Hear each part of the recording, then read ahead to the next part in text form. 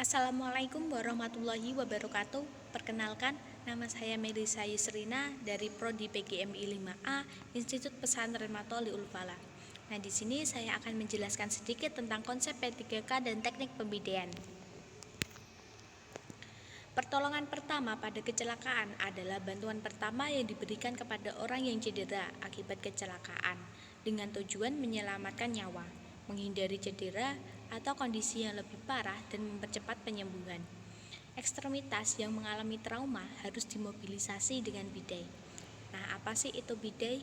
Bidai atau bisa dikatakan splint atau spark adalah alat yang terbuat dari kayu, logam, atau bahan lain yang kuat tetapi ringan untuk dimobilisasi tulang yang patah dengan tujuan mengistirahatkan tulang tersebut dan mencegah timbulnya rasa nyeri.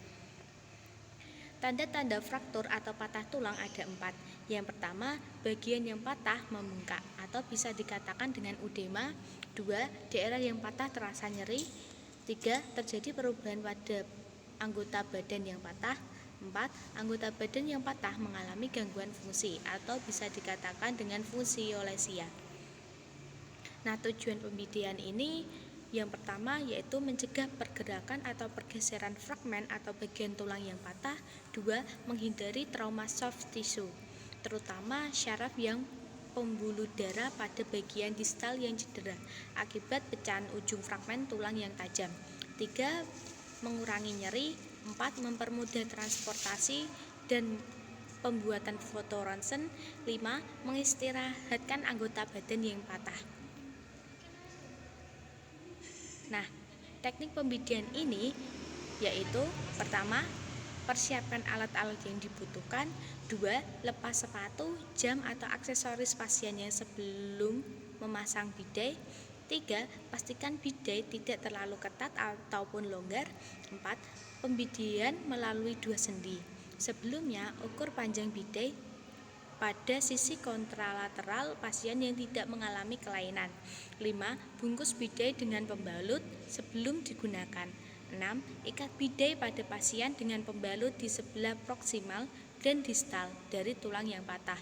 7. Setelah penggunaan bidai, cobalah mengangkat bagian tubuh yang dibidai. Jadi sebelum kita menolong korban, kita harus mengetahui beberapa teknik ini. Nah, macam-macam pembalut ini ada 6. Yang pertama yaitu mitela, pembalut yang berbentuk segitiga, dasi, mitela yang dilipat sehingga berbentuk mirip dasi, pita, yaitu bisa dikatakan dengan pembalut gulung, plester, pembalut berperekat. Yang selanjutnya yaitu pembalut yang spesifik atau yaitu bisa dikatakan contohnya Snellverban dan Sufratul. Dan yang terakhir yaitu kasa steril. Nah, cara membalut dengan mitela seperti pada contoh berikut ini. Nah, ini beberapa contoh ketika kita mau menolong korban dan mau menggunakan mitela untuk pada bagian-bagian tertentu. Misal ini ada untuk bagian siku, membalut mitela untuk bagian kepala, mitela untuk bahu atau pundak, dan mitela untuk pinggul. Dan ini merupakan cara membalut dengan dasi ketika ada cedera pada bagian kepala. Nah, ini cara menutup luka pada hidung dan dagu dengan menggunakan pembalut dasi. Jadi ketika lukanya ada di dagu sini, maka tengah dari dasi harus berada pada luka tersebut. Dan ini contoh menutup luka pada telinga dan dagu. Dan yang terakhir yaitu cara menutup luka pada daerah mata. Cara membalut dengan pita. Nah, di sini juga sama, ketika ada luka di kepala, maka pita tersebut harus berada di bagian tengah dari luka tersebut. Nah, teknik RPG pada pertolongan pertama. RPG merupakan resultasi jantung paru-paru. Kegiatan ini dilakukan pada korban pingsan. Cara melakukannya yaitu melentangkan korban pastikan tidak memberikan bantalan pada kepala. Jadi ketika kita menolong korban yang pingsan, kita tidak boleh memberikan bantalan di kepala, misal tas ataupun jaket. Jadi harus ditelentangkan. Yang kedua yaitu melakukan gerakan memompa pada dada korban. Dewasa dilakukan sebanyak 30 kali pompaan dan anak-anak dilakukan sebanyak 15 kali pompaan. Dan yang ketiga yaitu setelah melakukan pompa memberikan nafas bantuan selama 2 kali. Nah, ketiga hal ini diulangi selama 5 kali sampai si korban sadar. Nah, yang harus kita lakukan sebagai seorang penolong ketika mau menolong korban pingsan, maka kita harus memperhatikan prinsip 3A. 3A itu apa saja sih? Yang pertama yaitu aman bagi korban, aman bagi penolong, dan aman bagi lingkungan. Jadi kalau kita mau menolong harus memperhatikan prinsip-prinsip ini. Dan untuk pingsan merupakan kehilangan kesadaran sementara yang terjadi secara tiba-tiba karena kekurangan aliran darah pada otak. Pingsan dapat terjadi ketika orang yang sedang upacara, orang yang pergi pagi tapi tidak sarapan, dan orang anemia.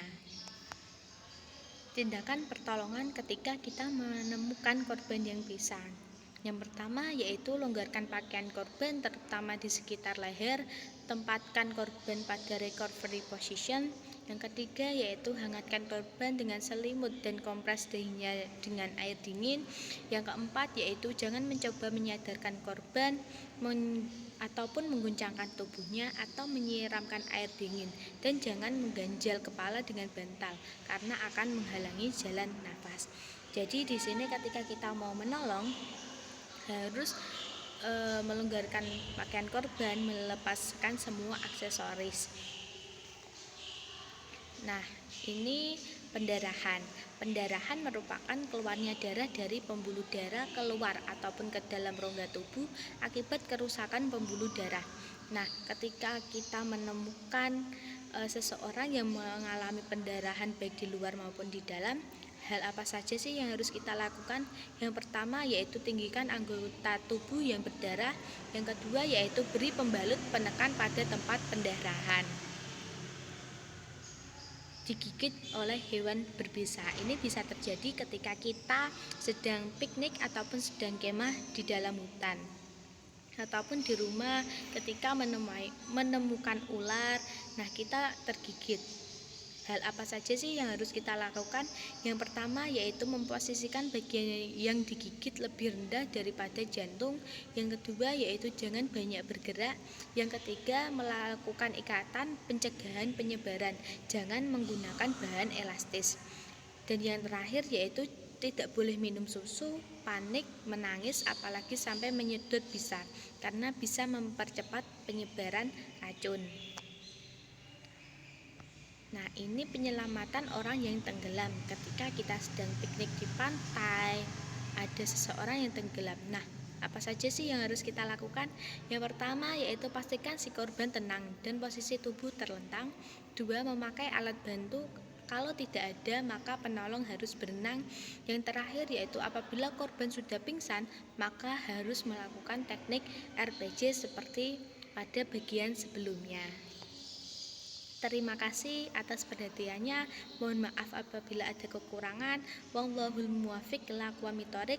Wassalamualaikum warahmatullahi wabarakatuh.